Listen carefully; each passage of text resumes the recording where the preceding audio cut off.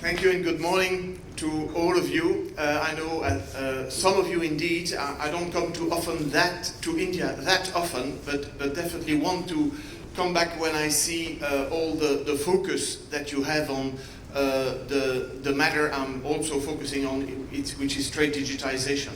So very impressed with what I've seen this week in terms of the partnership between the private sector, represented definitely by Vayana and many banks here, and the public sector, yesterday at Gift City with the IFSCA. So my name is Casterman. I've been in this industry, similar to Ram. I've never been a banker, but I've always worked for all banks via SWIFT, and working initially in the IT division at SWIFT because my heart was in programming in the 80s. And then moved on to product innovation at SWIFT. You know, launched some of the corporate treasury connectivity at SWIFT, the file transfer connectivity.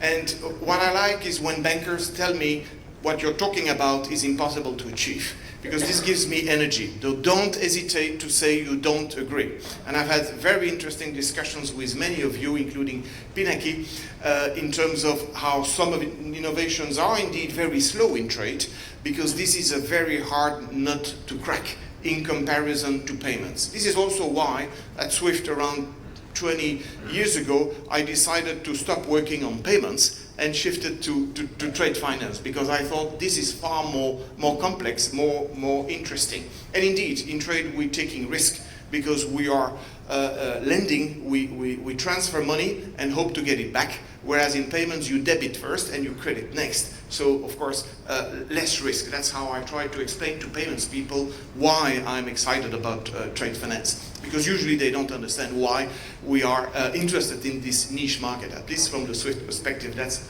how trade was seen. And indeed, after so many years, we have seen many failures in trade digitization, or very slow take-up of initiatives. And I think what the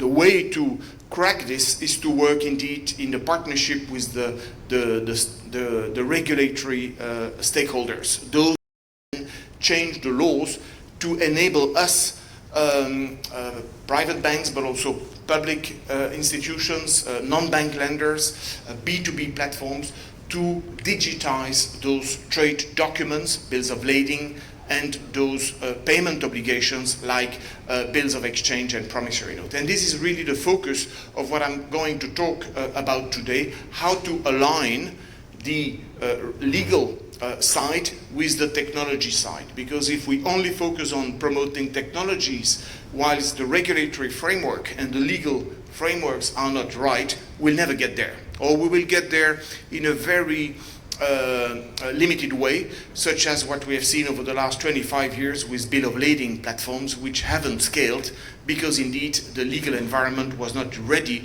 for them to scale.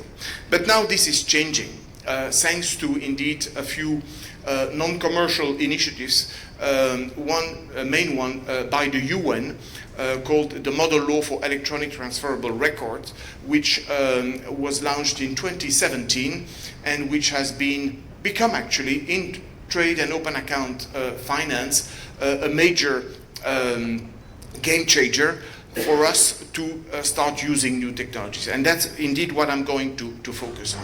The way I organize my activities is by working and engaging with the market through ITFA, which is the logo is here. It's just an association. ITFA is not selling anything besides membership. Some of you are members, but there's no need to be a member to talk to me, don't worry. I'm not selling any membership, but it's a great way to basically gather people who have an interest to progress on particular collaborative innovations. Because some technologies you can start using on your own in your back office, but other technologies you need the market to move alongside, and that's where an association or other associations like BAFT, ICC, ITFA are great ways to engage with the market. And indeed, I advise fintechs, I advise some banks, now also a multilateral development bank, focusing on driving innovation in this trade digitization, and mainly around digital negotiable instruments. So this is the agenda for today. We'll just start very top-down with an introduction of the Fintech Committee. So the Fintech Committee is just a track with ITFA.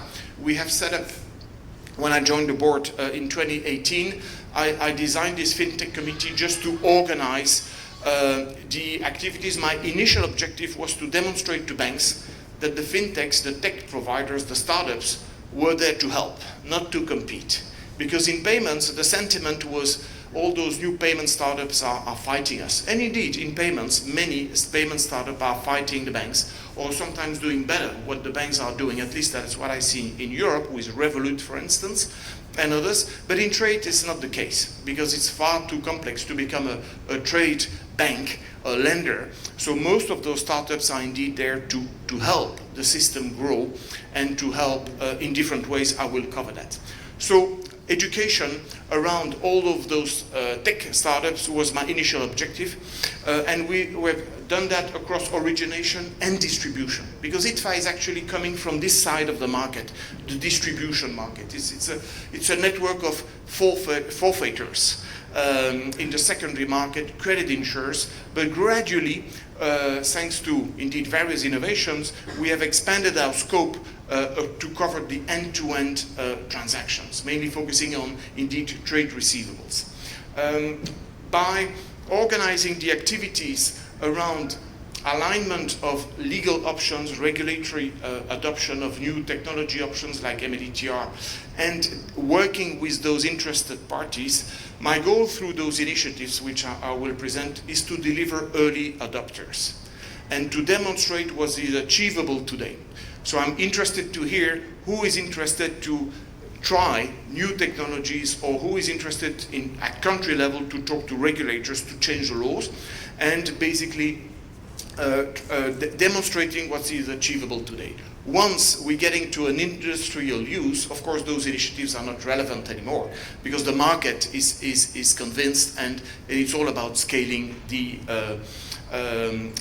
adoption of those new legal and technology options. Now, in some ways, there could be a need for the market to organize market infrastructures. And this is where that's basically the strategic ambition, where some banks could think, actually, instead of creating a consortium and building technology from scratch, and usually that fails. We have seen that, at least on the European side. But going forward, sometimes the technology providers could do more if they were, or could scale faster, if the governance was a multi-bank governance. And that has been the success of SWIFT in the 70s as well. Banks joined because the whole setup was bank-owned. And the bank governance is basically increasing the confidence to a certain extent. But rather than doing that from scratch, it's better for banks to basically to do that based on proven technologies, instead of basically only starting from a white sheet of paper. Yeah, a bit closer. Yeah, certainly. So that's what we could look at in the future, how to basically wrap those successful technologies with some bank governance. But that's not my short-term focus, it's more the strategic angle, when, where, and when needed. So to enable those new technologies that we're going to talk about to thrive, we need to engage policymakers, regulators. And that's what we have done around the world on different topics, but mainly on digital negotiable instruments. So, for instance, we've worked with Abu Dhabi Global Market in 2020, and they released the MLETR compliant law in 2021. We've worked with the Law Commission for England and Wales to deliver the ETD Act, with ICC United Kingdom as well. More recently with Paris Europlace in France to deliver the MLETR compliant law. And this week also some ITFA representatives were in Morocco, and I was here in Gift City also to talk about the same topic. And this is continuing. In 10 days we'll be in Egypt also with the EBRD, for instance, to promote the use of digital negotiable instruments and the change of law to help the market adopt more digital capabilities. We organize a few events, and we could do more in India going forward for sure. So gathering people, elevating early adopters. Here you have some of you may recognize Merlin Dowser from JP Morgan in a New York DNI event in December. And what an association can do besides gathering people is to deliver guidance to the market. Not a product capabilities, but purely guidance. And sometimes it's ICC doing that, sometimes ITFA, sometimes BAFT. It really depends, but there's strong collaboration among those. And of course, the goal is to scale adoption going forward based on those early adopters. Here you have the example of Lloyds Bank and Mercor. I will come back to those. The four major themes I've structured over the years are really around the securitization of trade receivables as the first initiative and working group set up in 2018. And it's all around the ability for lenders to tap into capital markets, a private securitization setup or asset-backed securitization setup. There are tech companies active in that space, but the key is not the technology. The key is to convince capital markets that trade finance is now easily accessible. And trade finance in a wide scope includes, of course, open account, factoring, any type of instrument that originators would want to offload to capital markets. And that includes sometimes synthetic securitization as well. So we have now a network of asset managers, not big enough yet. It has still to grow, interested in indeed supporting in the background, in the secondary market, originators. And that includes, for instance, pension funds, like Legal & General in the UK, or a Dutch pension fund as well, BGGM, for instance. The second one, set up in 2019, we spotted then that digital negotiable instruments on the back of the UN model law, which I will cover later, was a growing interest for various jurisdictions. And this has been basically one of the fastest growing initiative in terms of early adopters and legal engagement of policymakers. So I'll come back on that for sure. Then more recently, the financial crime compliance, because we thought that both tech providers are more and more collaborating to deliver, enrich the back office processing of lenders around compliance, doc checking, and managing the issues of too many false positive hits, for instance, and using AI more and more in that area. So we have a working group on this. That could also lead to some regulatory advocacy to enable banks to use more AI capabilities, which sometimes they need regulatory approval for. And the last one I launched earlier this year was all around blockchain-based payment rails, regulated stablecoins, CBDCs, because in trade, if we can accelerate the delivery of the cash, our SME clients will definitely benefit in terms of working capital. And of course, I'll come back on that. So consider those four tracks as working groups where, from which we're trying to deliver proof points, testimonials, that the alignment of new technologies with particular use cases and sometimes regulatory legal developments is delivering new capabilities to the market. And then with those proof points, we're trying to attract indeed more lenders to follow suit. The fintech landscape, if we look indeed 25 years back, and what have been the successes in the fintech landscape in transaction banking, not just in trade finance, could be categorized in this way. And I'm always open to feedback. Don't hesitate to tell me what is missing, what you think is wrong, if anything. But the color codes here try to identify that some areas have been growing very quickly, and of course it's over a 2-decade horizon, but the industry has delivered unicorns in terms of tech platforms in particular areas, such as treasury management. That's where SWIFT started as well, connecting high-end corporates with many banks around the world for payments, cash management, and some tech platforms really scaled to help corporates manage their liquidity. One example is Kiriba, but there are others in the market like Coupa as well, combining sometimes electronic invoicing and treasury management. This is a high volume segment where the legal challenges almost don't exist, because you don't need a regulator to allow a corporate to centralize treasury, move payments from one channel to another channel, from one application to another application. It's easy to digitize, which is why it has been very fast in terms of adoption. It's the same for more open account, certainly with factoring, with payables finance, receivables finance. That whole area has also accelerated, less than treasury management, because we could do more in that space for sure. But we have seen many supply chain finance platforms growing based on contract law mainly, and we'll come back on that as well. Where we have been witnessing slower adoption is definitely in the area of documentary trade, letters of credit, bills of lading, and technologies like electronic signature that are integrated into bank portals. So those two categories, as well as other technologies like onboarding and KYC due diligence technologies, which are growing definitely, but this has been being adopted much slower, in particular as trade finance process digitization requires, it's lower volume for sure. So the benefit of automation is a bit lower, but it is definitely because some of those documents still are required to exist on paper by law. So we need to change the law to enable the processes to move digital.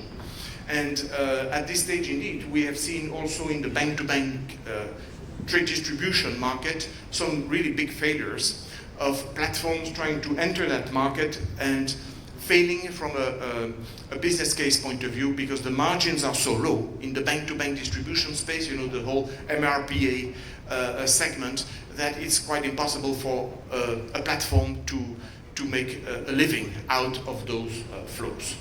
Where we see more appetite for platforms is in the securitization space, but this is only relevant for high-yielding assets, SME-focused receivables, where the yields are sufficiently high in order for asset managers to engage, first of all, and for platforms indeed to take a cut from those transactions. So definitely the goal is to turn some of those boxes to dark green, in particular the trade finance process digitization and those fintechs that are like electronic signature and other technologies I will cover later, embedded into bank portals to enable digital negotiable instruments and digital bills of lading. Another way to look at it, if we take the lender, the bank or non-bank lender as the focus here in gray, you see all of those existing systems in gray, the front to back office payments and trade transaction systems, the interfaces, the APIs, that includes the SWIFT connectivity and other channels you're using today.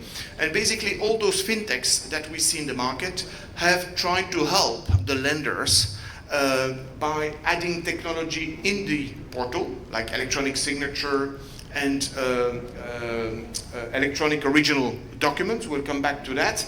And while some others are enriching the back office with financial crime compliance, trade document checking, and still trying to get into the bank environment, system environment, when other technologies are external platforms, such as indeed multi-banking trade finance platforms, payments and receivables financing platforms, managing the whole supply chain finance, and the single windows. I think this is where the future BharatNet can be positioned.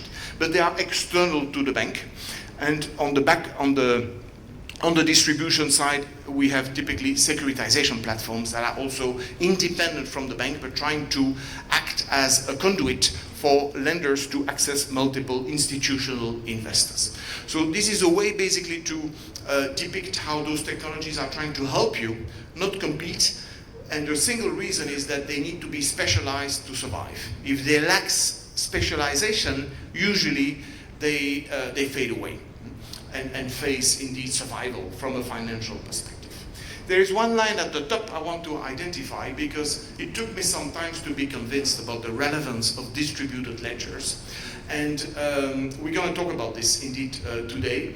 And those distributed ledgers are basically external infrastructures that can help the banks share information.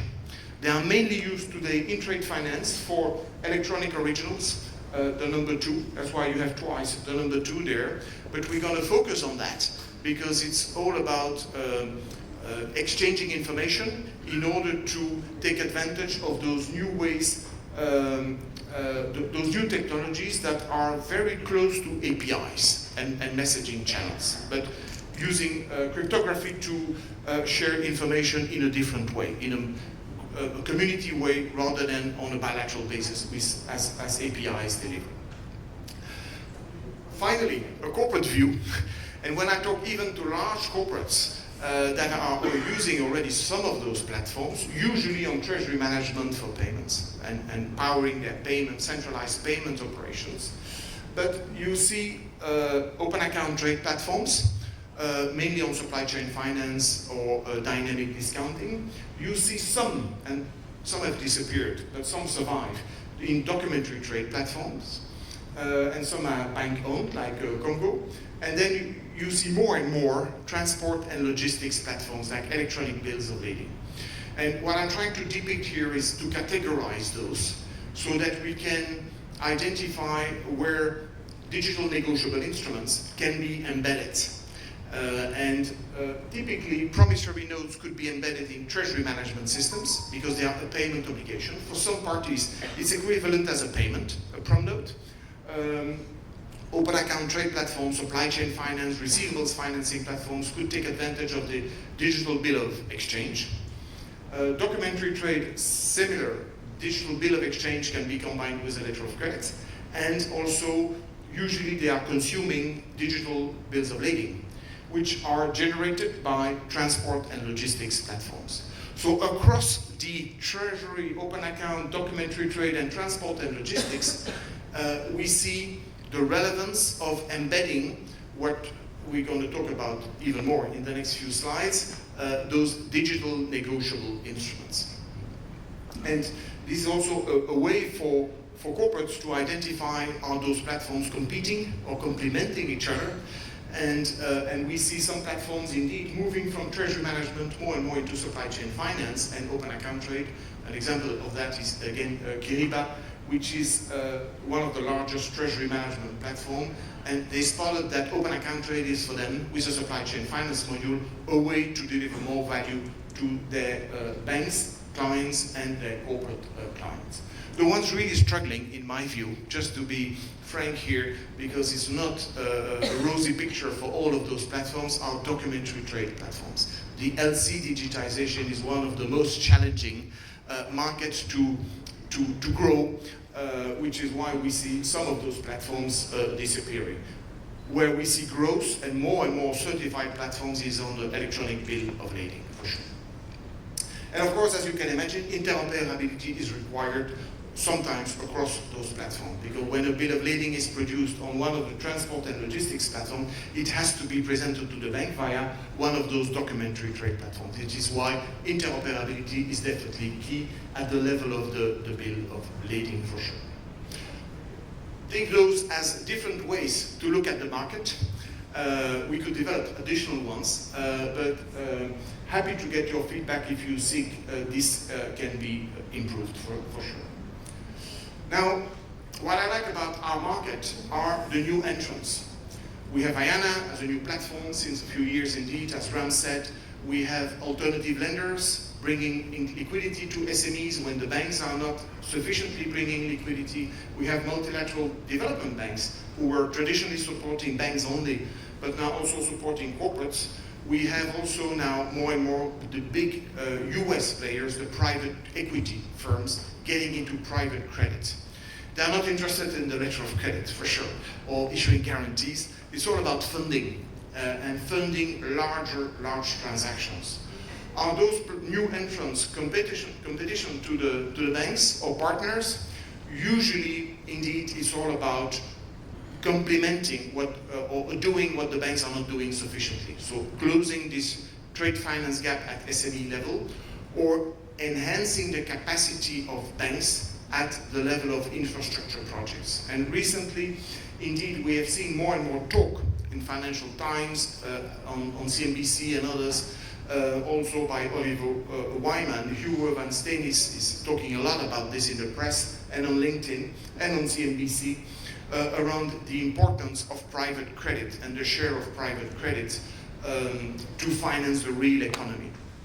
And the ones I really want to highlight are the partnerships between, for instance, Apollo and Citibank, and Apollo and Standard Chartered. Those are just two examples. We could find additional ones with other large banks, but we really see collaboration between those who have the liquidity and those who have the clients. The banks have the clients, the banks have the projects, but the banks don't have always the full funding capacity, and they also face balance sheet restrictions to take on the full funding requirements, which is why they partner with those private equity. There is also a collaboration on the risk side. The banks will prefer to take the lower risk tranche of particular projects, whereas those private equity firms moving into private credit will take the higher risk tranche of those projects.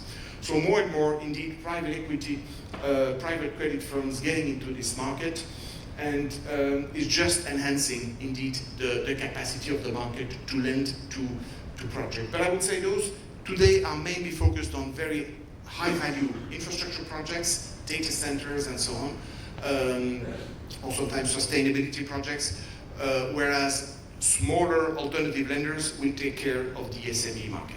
So it's still a different segment they are trying to address. Now, moving deeper into digital negotiable instruments.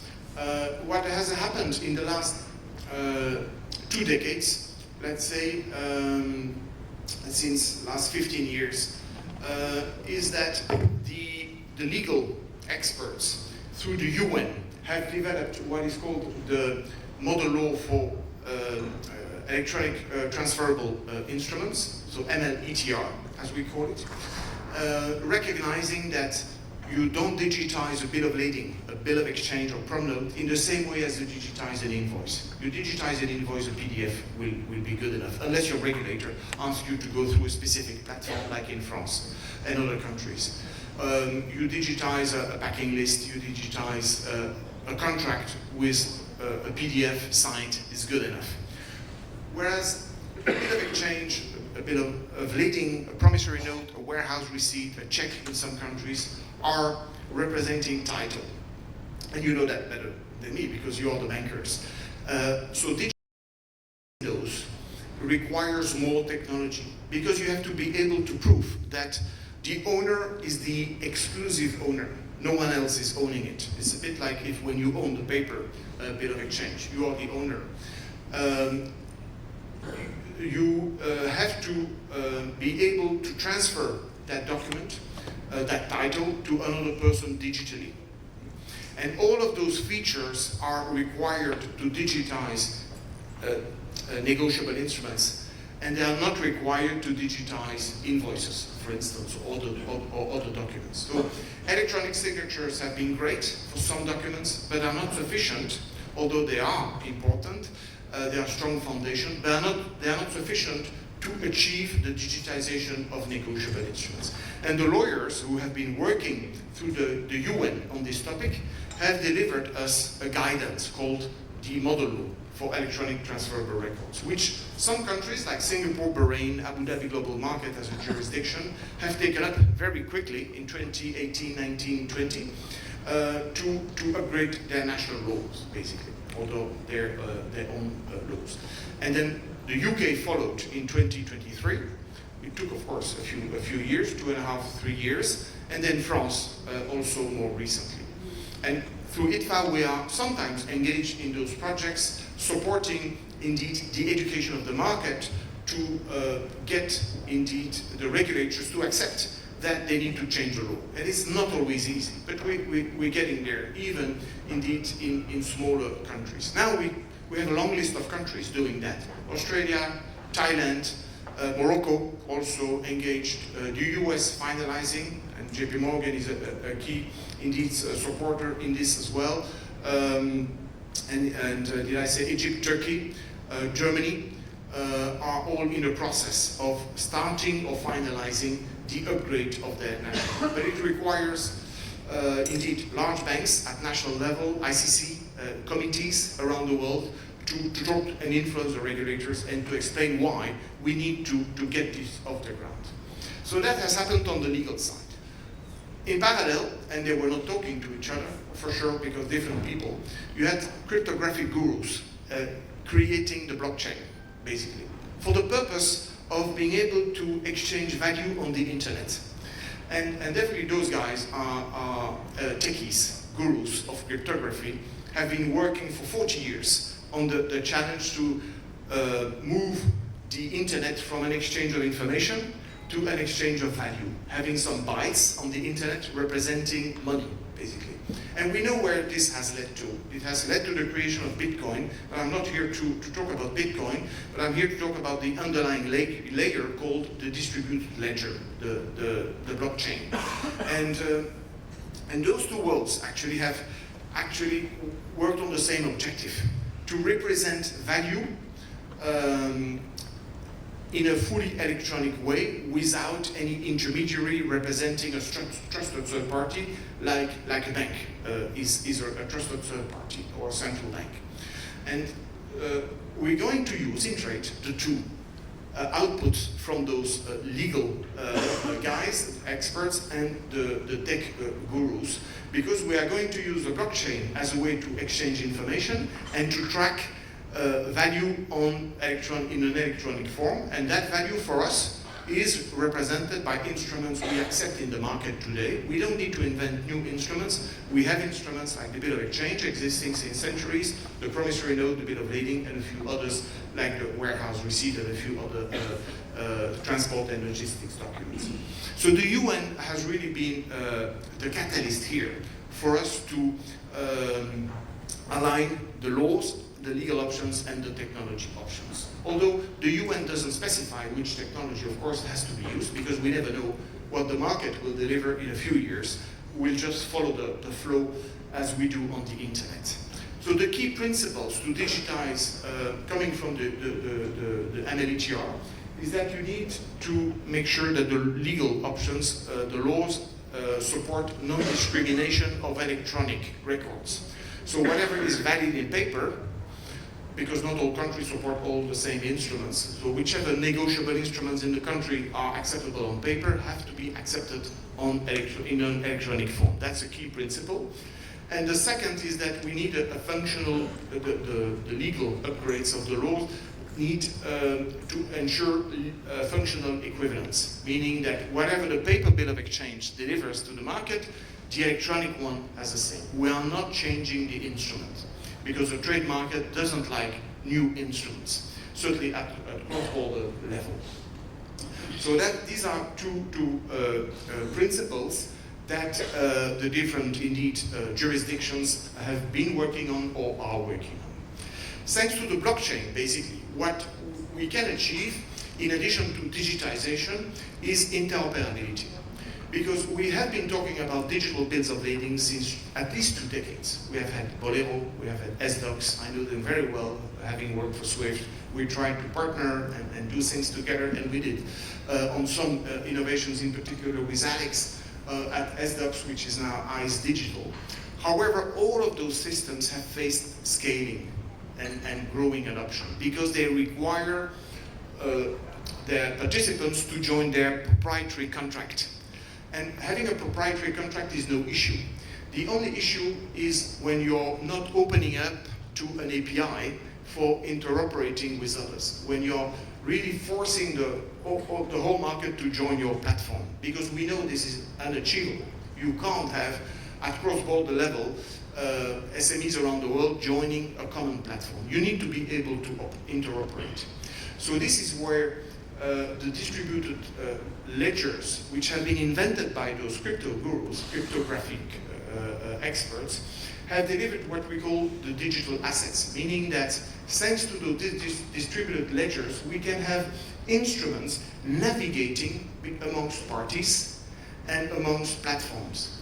That means, like in payments actually today, if an SME wants to bank a particular institution in one country, and their counterparty SME in another country wants to work with another bank for payments, of course, it's interoperating. via SWIFT or other means. But for trade, we need to achieve the same. If the promissory note or the bill of exchange is produced, for instance, here in India by an SME on one platform like Vayana, that instrument generated on here in India has to be able to be processed by another bank in Latin America, which will recognize that electronic trace, but might not be using the same platform. They might be using a local Brazilian platform. We need to achieve this interoperability because it's the only way to scale the market. And that's what we do with mobile operators. I mean, I might be on one tech with Apple, you might be on Android. We are in different providers. I'm connected to a Belgian one, and the tech operators, the mobile operators, have invented the GSM protocol to interoperate. Whilst initially they thought they were competing, actually they have grown the market by enabling us to interoperate without being on the same provider. And that's the goal of digital assets, is that they can move as one file representing the bill of exchange, the bill of lading, or whichever instrument. They can move amongst parties. You don't require everyone engaged in the transaction to join the same platform. And again, closed platforms or platforms are required, but they need to be able to interoperate. And that is the way to scale the use of those instruments. And of course, you can interoperate to exchange information via APIs, but again, digital negotiable instruments are title documents, so they need a bit more technology, which is why the APIs and the electronic signatures are not sufficient. You need the distributed ledgers, basically. So what we have done to kick off the adoption of an MLETR in 2019 was really to focus on the policy side first, because we know the technology can do so many things, but it's not relevant unless the policy side and the legal options are sorted. So we talked to multiple countries around the world. I mentioned a few already. We focused on, indeed, this interoperability of digital negotiable instruments, not promoting closed platforms, because some are trying, again, to offer closed systems, but focusing on this interoperability indeed. And then also demonstrating that once we digitize from paper to an electronic version, we can add more value. And indeed, India has scored on that side already since years with your system to avoid double financing, to fight double financing fraud. It is a typical added value that we can add on electronic negotiable instruments. So this is one way to depict it, again in gray, the existing systems, different institutions also using those systems. In dark blue, all of those negotiable instruments that are interoperable across those systems, they can navigate. And in light blue, the first line, identifying some of the value-added capabilities we can think of, such as the tokenization for secondary market investors, the on-chain collateral and GVP settlement, and the settlement via stable coins or CBDCs. So once you have the digital prom note or bill of exchange, indeed moving from paper to electronic and being accelerated from a processing perspective, you can also pay and deliver the cash electronically via on-chain capabilities. On-chain means with distributed ledgers. So you have the contract part accelerated with digitalization, and the payment part also accelerated at cross-border level with stablecoins. So avoiding correspondent banking. I think JP Morgan with the Kinesis system is a good example of on-chain payments that are adding value to accelerate indeed the delivery of the cash. Could be done with stablecoins or CBDCs, as the case may be. And then of course we can think about other value-added capabilities on those electronic instruments like double financing, fraud prevention, or doc checking, obviously. And sometimes also securitization for investors, which is not necessarily done on-chain. So not all value-add needs to be done on-chain, but I think the next step is really to look at the on-chain payments next to the on-chain contracting with an MLETR. So technically now, why do we need new technologies? And there are two technologies today that have been promoted in the market, but I expect not 2 in the future, but 20 in the future by 2030, because it's a bit like electronic signatures. There are different vendors. So, but the main reason why we need more than electronic signatures is that for electronic negotiable instruments, we need indeed this control of the exclusive control of ownership of that electronic file. So you need a way to demonstrate that this person or institution is the owner of the file, which you cannot do with an electronic signature. You need more cryptography, basically. And you also need a full life cycle traceability and exchange of ownership electronically. So this is why the electronic negotiable instruments are using electronic signatures, but they are adding more cryptography for achieving those features, and they're adding indeed the distributed ledgers as an additional piece of infrastructure to track the life cycle of the document that you have received. So imagine you receive a promissory note as a file. All of the data is there, like you would have on paper, the full traceability of the changes, but then you wonder, this file, is that the genuine? And you want to verify that this file is the latest version, because maybe it has been changed by the owner, and that version is already outdated a few minutes ago. So you're going to check the authenticity of that version of this promissory note by checking it against the register. And the register is public because it doesn't contain any business data, and it is called a distributed ledger. It's distributed because it's not stored in a single system, distributed across the internet on nodes, but it's public because it doesn't contain any business information anyway, and it's a way for you to verify that the promissory note you received is still the right one, the real one. And maybe indeed a few minutes ago it was changed, and the version you have is outdated, and you need to receive the latest one if you want to, for instance, do something on the back of that promissory. So this distributed ledger, as we will see a bit later, is a way for us to share data when we are engaged on the common transactions. We could do that with APIs, but APIs are bilateral. Here we need something more common to everyone. It's a bit like in real estate. When you're buying a house, you want to be sure that the seller is the current owner and that he didn't sell it yesterday. How to be sure? You go to your notary, there is a public registry, at least in Europe, that's how we do things usually, but I guess the same here. There's a government supervised registry that will tell you this seller is the current seller. So it has the authority to sell it to you.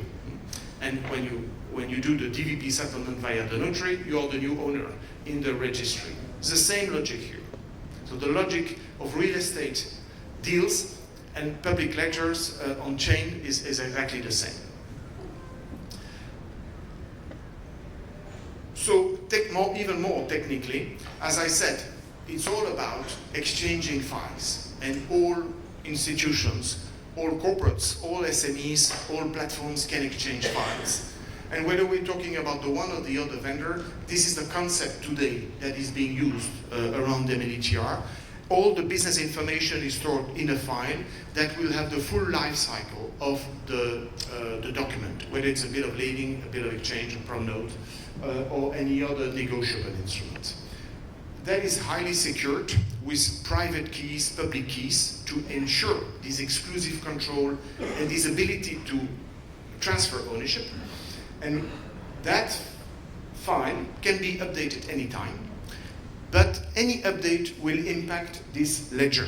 And as you see, this ledger is public because what can you do with those bits and bytes that you see here? This is the result of a hash. A cryptographic function on the file will deliver this hash, and this hash will tell you whether the version you have is still the correct one, like the real estate ledger.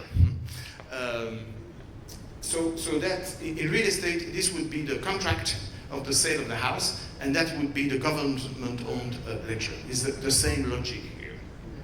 So this is very easy to access because it's public. You don't need to register to access this public blockchain.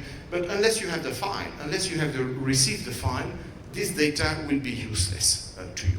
It's public because indeed there's no harm in sharing that data because it doesn't represent anything. Indeed, without having received the actual business data through that file. Multiple vendors are using the same approach, and that is achieving the combination of digital asset technologies and MLETR requirements, and ICCDSI has created a scheme to basically certify vendors that are achieving those level of features that are required by MLETR.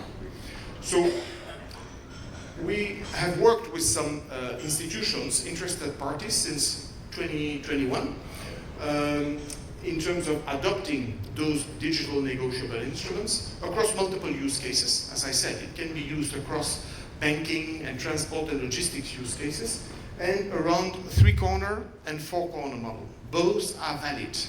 But the one I more believe in is the 4-corner for cross-border trade, because the 4-corner is indeed where we can scale the use for SMEs. Because it's hard to imagine that 2 SMEs will use the same bank. It's hard to believe that 2 SMEs in different countries will use the same platform. So interoperability amongst platforms and amongst financial institutions is essential, as we have in payments today, to achieve cross-border digital bill of exchange, which can transform single invoices into legally enforceable payment obligations. That's really the goal. Now, of course, it's easier to start on the 3-corner model, where a bank is having both buyer and seller, and this is often the case at domestic level. And this is often also could be the case at regional or sometimes global level. So both are valid. But of course, in terms of complexity, that's the model that we are interested to achieve. And we got there with Lloyds Bank recently and an alternative lender. Alternative lender supporting the exporter and Lloyds Bank supporting the importer. Now, testimonials. On the 3-corner model, one of the alternative lenders that have been innovated quite a number of times, because they have done multiple transactions over the last 2 years already, initially under contract law and more recently under ETD Act, is Mercor. So cross-border focused, mid-cap focused alternative lender, focusing indeed on digital forfaiting. That's what they call it, digital forfeiting. So it's transaction-based financing, and they're transforming invoices into digital bills of exchange using the one of the vendors, and achieving indeed cross-border financing between different countries using the English law, of course, which are accepted in those countries. Here it's Kenya and Belgium. But they have done multiple transactions also between UK and Latin America. But it's really about the forfeiting, moving from paper to digital.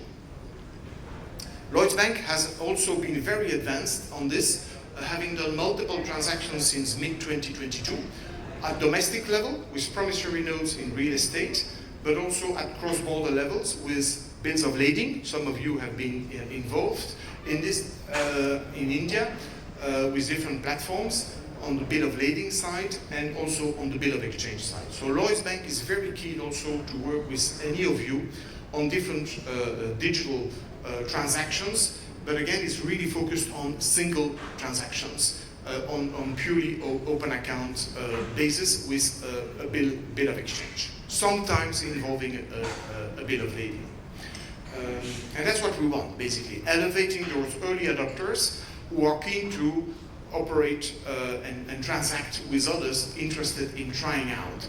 The key, I think, for India would be to check that the English law is acceptable to regulators here, so that, of course, we can clear that before looking at the use cases, the corporates to engage and the transactions to deliver.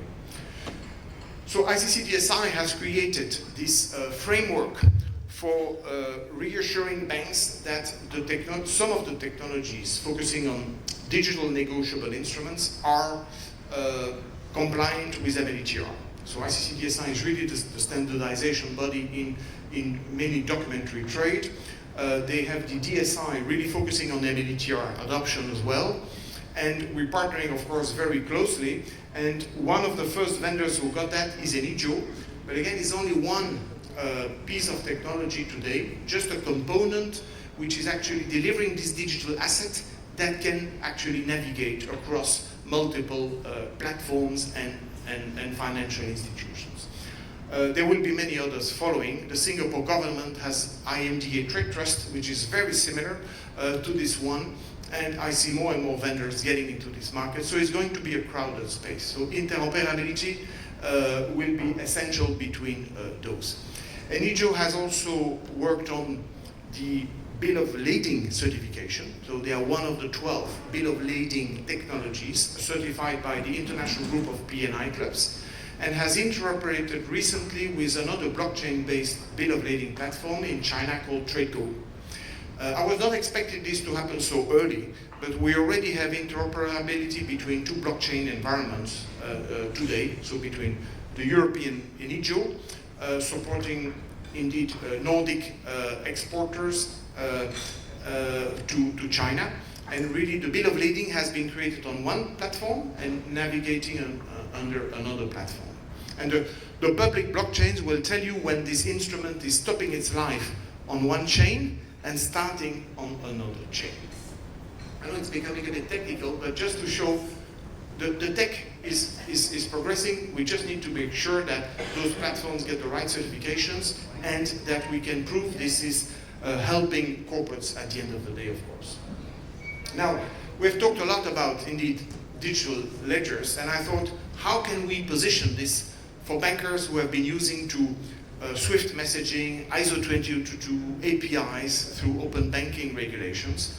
And a few months ago, I thought actually maybe we can position this as an evolution of the way we are sharing information. I was talking to some of you this morning around indeed specific vendors focusing on data sharing at a domestic level, or creating more registries for preventing fraud, like you have here in India. And basically, if we look at the evolution of messaging standards, of course I use the Swift example because that's one I know from the 70s. The Swift NTs is one way to structure data. ISO 20022 has been more and more formal way because it's ISO owned. But it was all about standardization. The regulators have spotted that open banking is key for corporates and consumers, and we have had lots of APIs forced onto the market to open up, indeed, payments and cash management data sharing since 2010.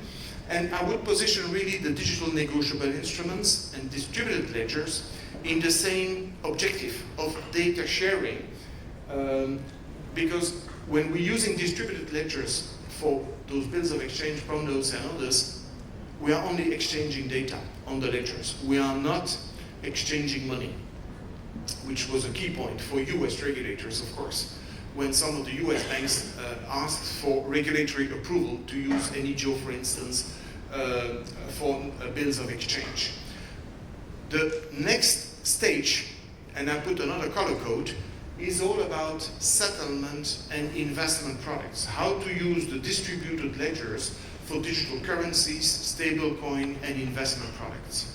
And the proof points I have there in digital currencies, stablecoins, and payments is JP Morgan with their on-chain payment platforms.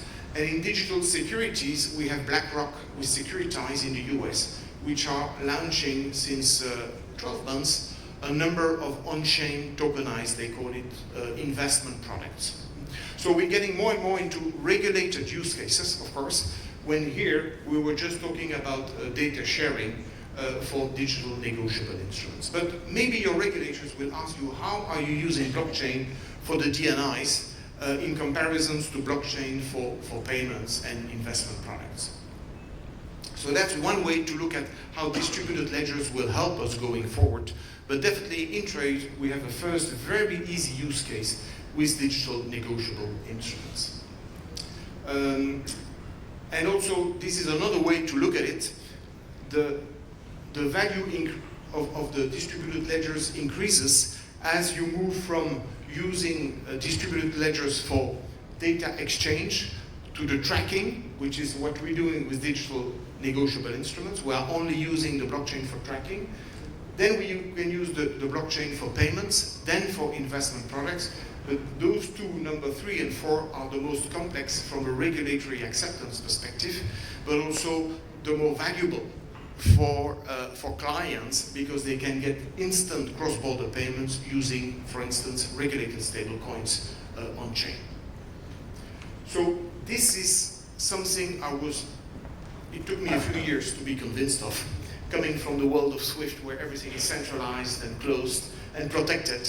So it took me a few years, between 2015, 2017, but with the progress made in trade with digital negotiable instruments and MLETR, and in the industry by some top players, them bringing us proof points, I think the train has left the station here, and the regulators recognize that this is a new industry. And we can call it the new internet, because it's the internet of value, not just the internet of information. And it's going to help us across multiple use cases, as identified on the previous slide. Just a few proof points indeed, that also in the UK, where the Law Commission initially focused on MLETR for negotiable instruments, with the ETD Act, they have progressed more recently with the property bill, also called crypto bill, because they recognize digital assets across multiple use cases is the future. The same in Europe with MiCA, which is a regulation for digital assets. ADGM has worked on this as well, and DIFC also had their digital asset regulation. So beyond trade finance, digital assets, distributed ledgers are going to be used mainly for payments and investment products, really providing new rails to capital markets. Because of course when I say this, I need to bring proof points. It's just not dream, and it's not a reality that we witness every day. But the major proof points besides JP Morgan on payments is BlackRock on the investment products. They really have a strong strategy with Securitize in the US, of course, fully regulated, you can imagine. But this is where BlackRock is starting to realize that they can really renew their rails, their technology rails, to bring new investment products or migrate existing investment products like treasury bills to the on-chain world to really increase efficiency and remove frictions from the process. We also have some players tokenizing gold. HSBC has been involved in that from the Hong Kong side, tokenizing gold. And you can imagine that if you tokenize gold or other types of hard assets, it can be actually used as a collateral in some transactions very efficiently, because a token can be locked. And of course, this is all involving regulators. Otherwise, if it's not regulated, of course, this doesn't bring much value. So those are a few proof points that I like to share as I see this really growing in the future.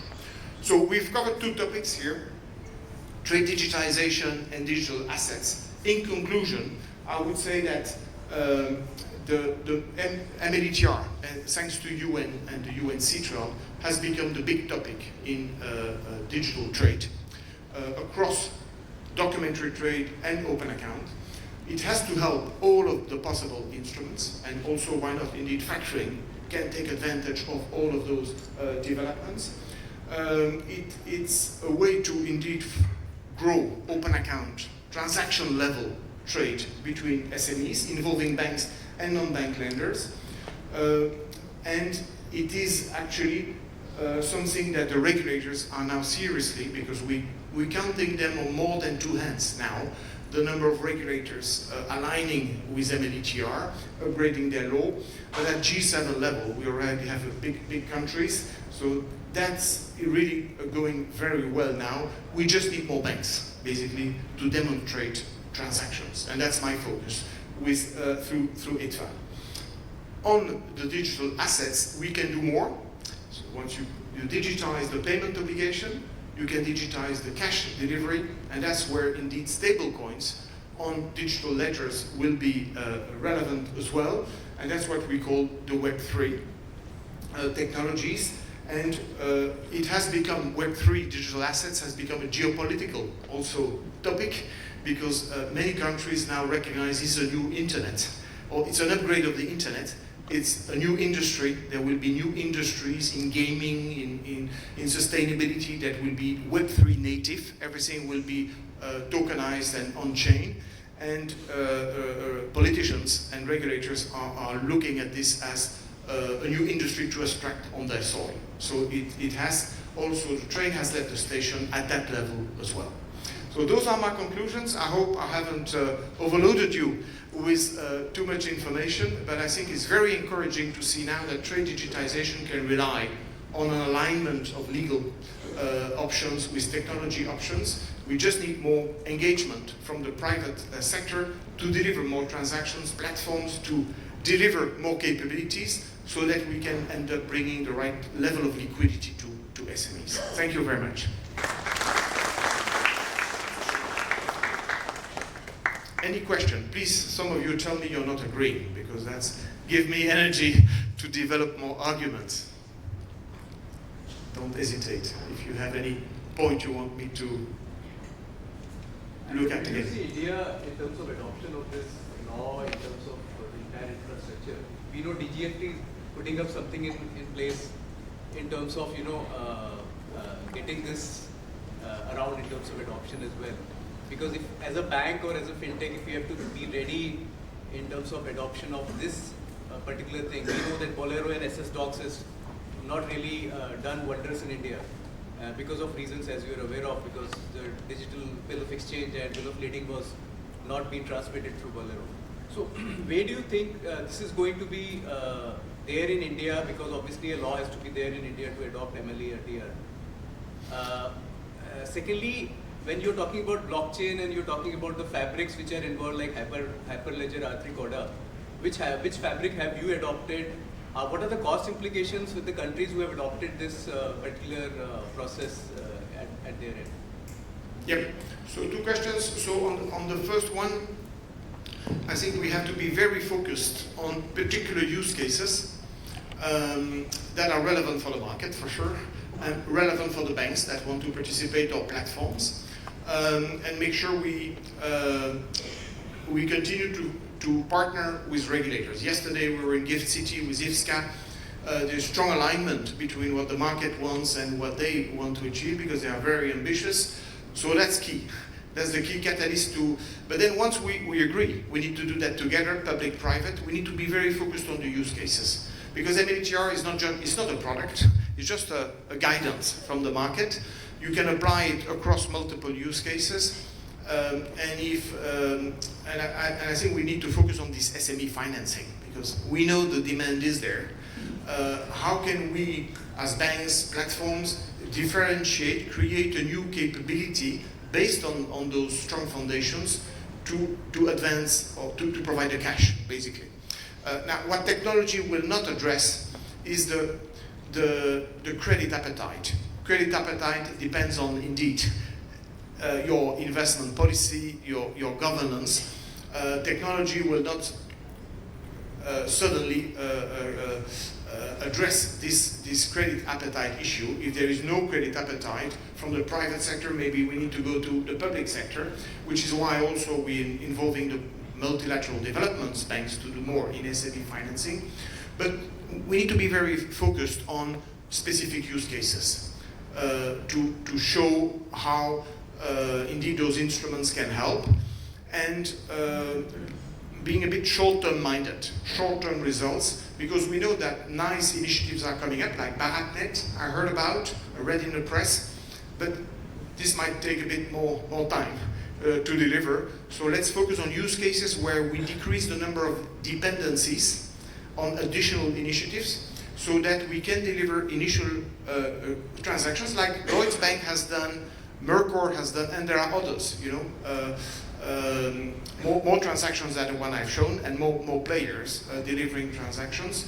But they have been very focused, which is why they were quick to market. And these are not one-off and disappearing. These are not fake press releases or announcements. You can talk to the people like Surat Sengupta at Lloyds. This is a strategic track for him, and he has worked with some of you like Federal Bank on e-bill of lading.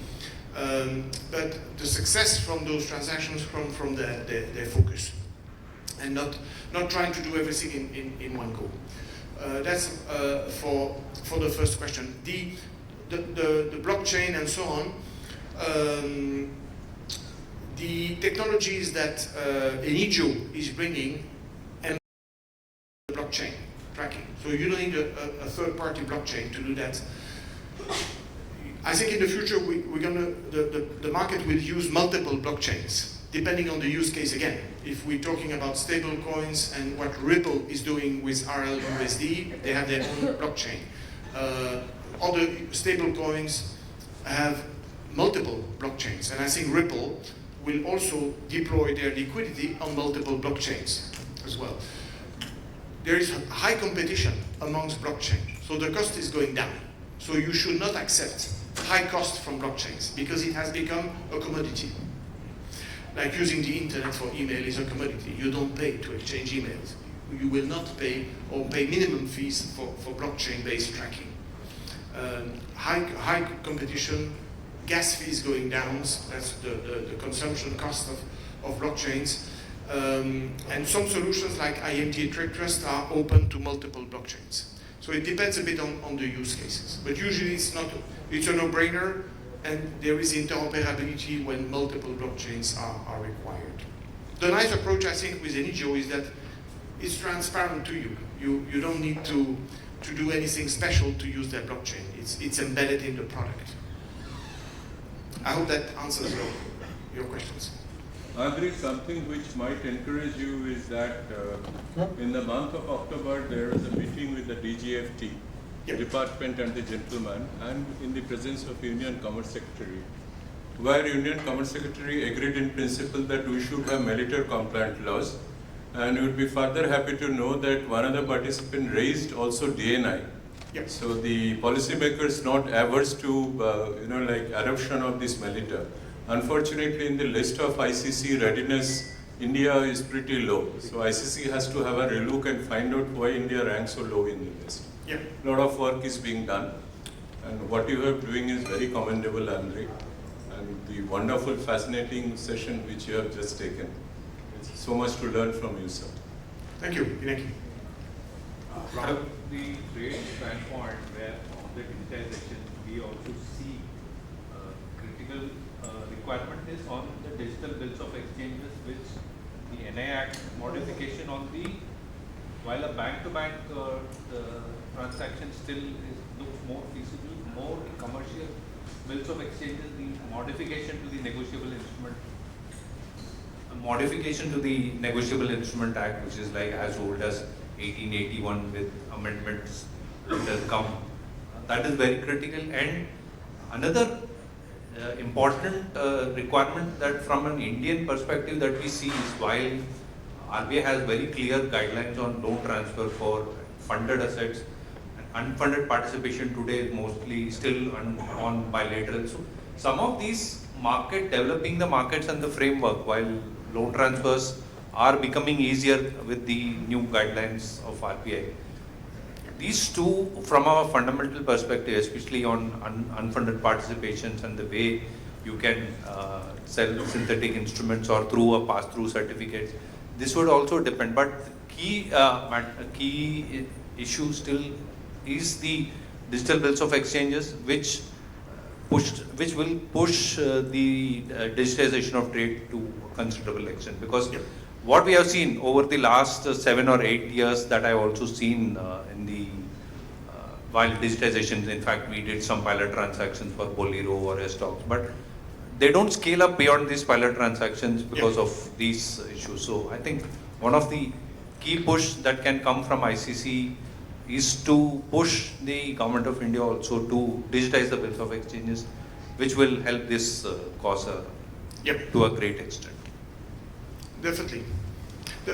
What also we have to remember is that the trade market doesn't accept new instruments, and banks and also SWIFT was sometimes involved in initiatives to create new instruments based on ICC rules, so the right way, in a way, for traditional trade at least. And the market is pushing those back. We had Marco Polo more recently also trying to introduce a new instrument.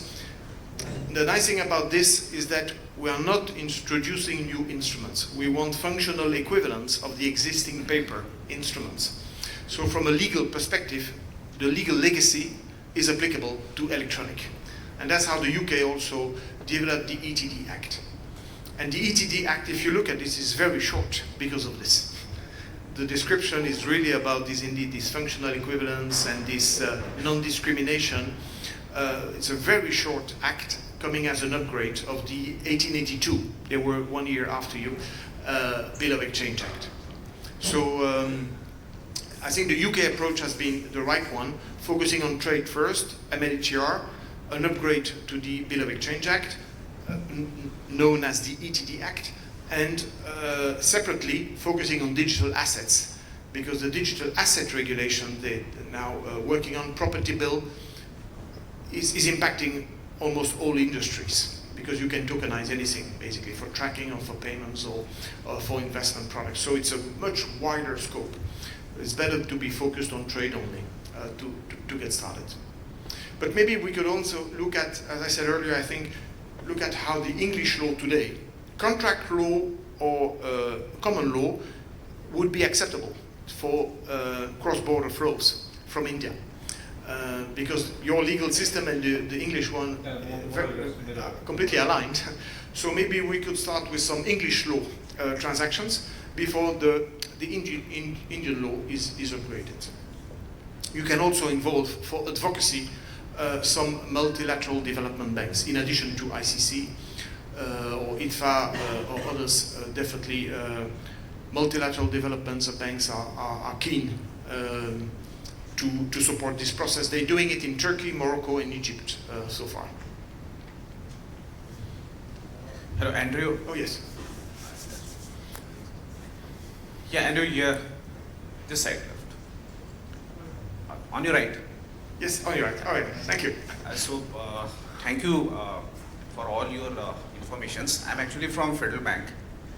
And since you took the name of Lloyd, we are very happy, sir.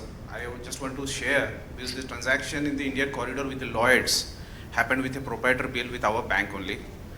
And all great to the SWIFT file act system, where we were able to interoperable between the instruments.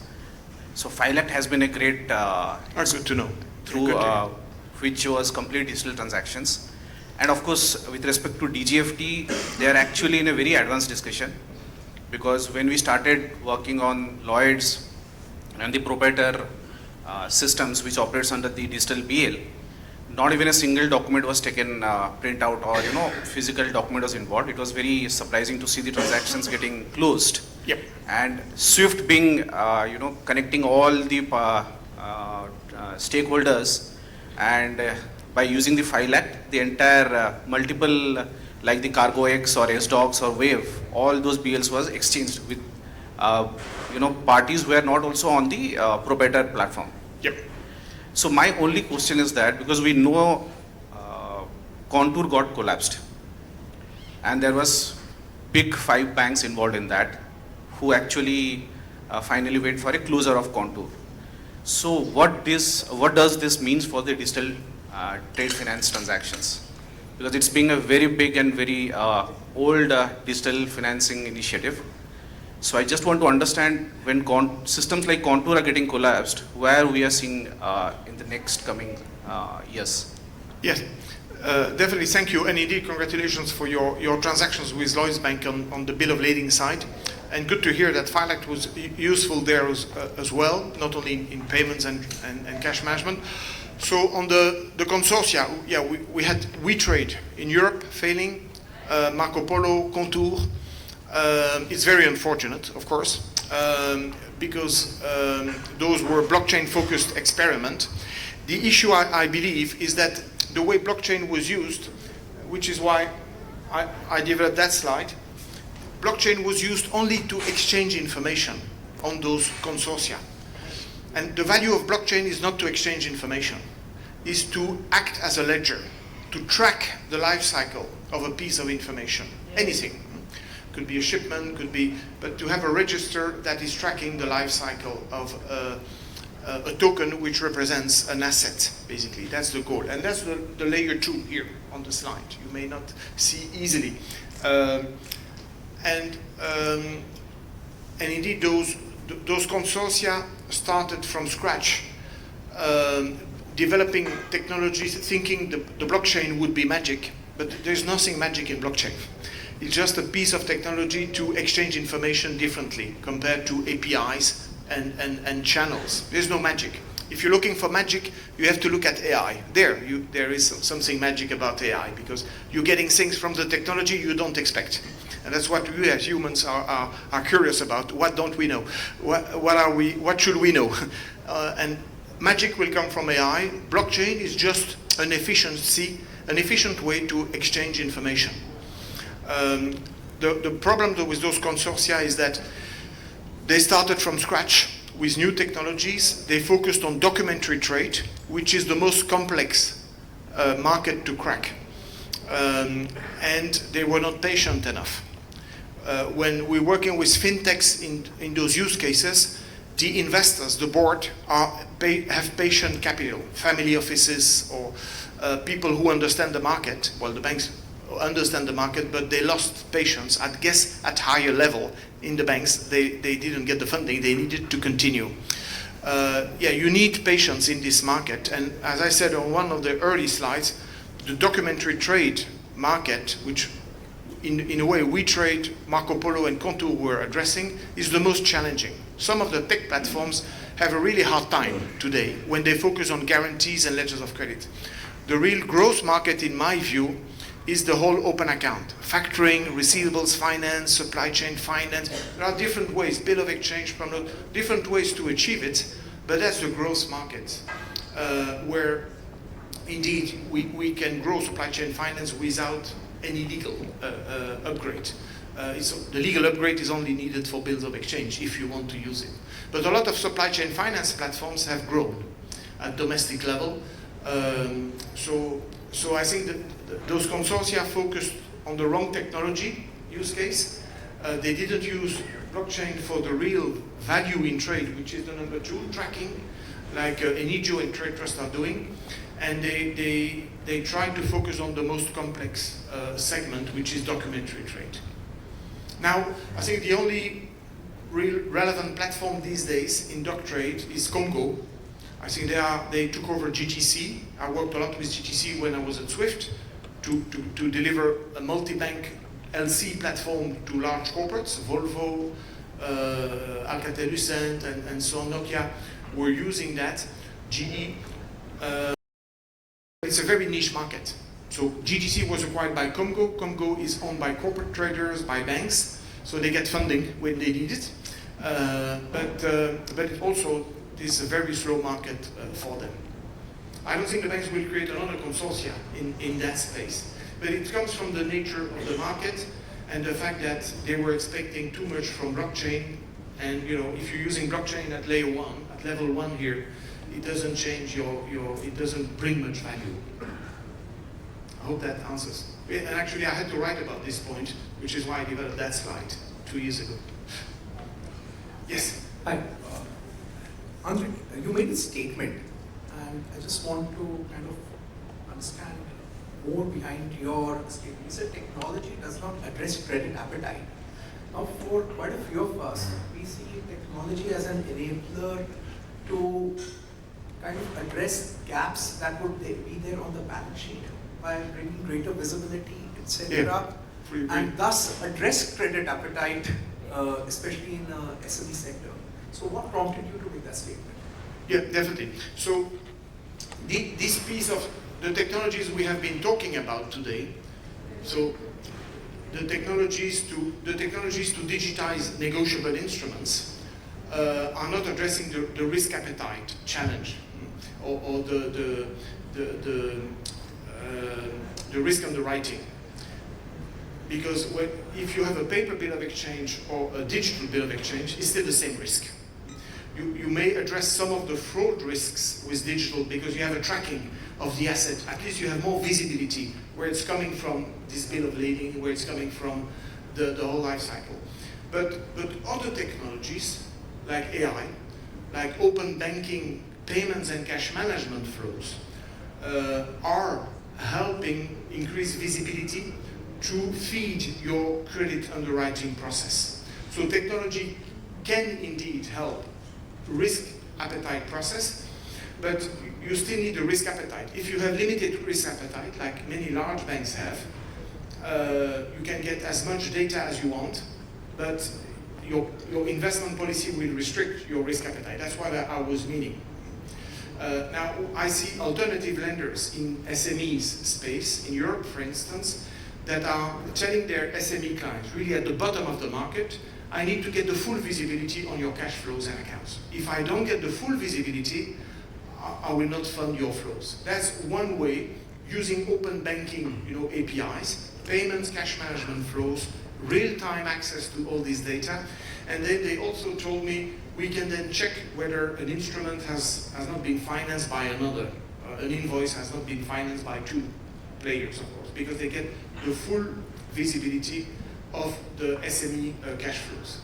For full visibility of payments and cash management data, with some AI engine to massage this data, is a way to enrich your credit underwriting process for sure. But those technologies, they will protect against fraud. They are efficiency. They are addressing efficiency requirements. They are not feeding necessarily your credit risk underwriting. They give a bit more visibility, but not the full visibility you need. The full visibility you need is really on payments and cash management flows. I hope that answers your question. Thank you. So, another question on the payment side, since you mentioned about stable coins and these kind of playing an important role, what do you see as the more important part? Say a cryptocurrency, or say a stable coin, or if stable coin, the existing ones, like say a USDC, etc., or say CBDCs, etc. What do you see, which one of these do you see as an important role in the ecosystem? Yeah, I see the regulators recognizing this is now relevant for themselves, like the US typically. What we've seen over the last few weeks is a demonstration that the technology is a game changer to support even the use of the further use of the US dollar. I think those because the stable coins are on chain, that means, and they will enable us to deliver instant payments to the cross-border trade market. And that's what I'm after, is to enable us, when we deliver cash to SMEs at cross-border level, we need to be able to avoid the correspondent banking issues, frictions, and delays. Because it's not just about SWIFT, but because the SWIFT messaging is almost real-time, but it's all about the clearing systems at domestic level, which have opening hours, and which are delaying. All the banks, for compliance reasons, also delaying some payments, and stable coins, when regulated, will enable us to achieve instant cross-border payments. But they need to be regulated, of course, otherwise you're taking huge risks. But the regulations are improving on that side. Large institutions are starting to use it. And we need to be able to use those stable coins as the second leg of our trade transactions. If we can use the digital negotiable instruments to digitize a contract, the payment obligation, and then use a stable coin to deliver the cash, then we have a full, almost real-time processing. And of course, in the middle, you have your credit underwriting, which has to decide whether you're taking the risk or not at transaction level. But that's what But I'm don't after. you see that impacting in terms of each of the regulators at various countries wanting their own stable coins to be used for these transactions? Yeah, I think that would Because stable again, then coins. that creates the same challenge, right? Because somebody in US says that use my stable coin versus somebody says that use, say, a RBI issued CBDC or a stable coin. Yeah, How does that get solved in this entire Yeah, process? that's why I added the fourth dimension in my Fintech Committee, because I think this is where another area where we need regulatory and technology alignment.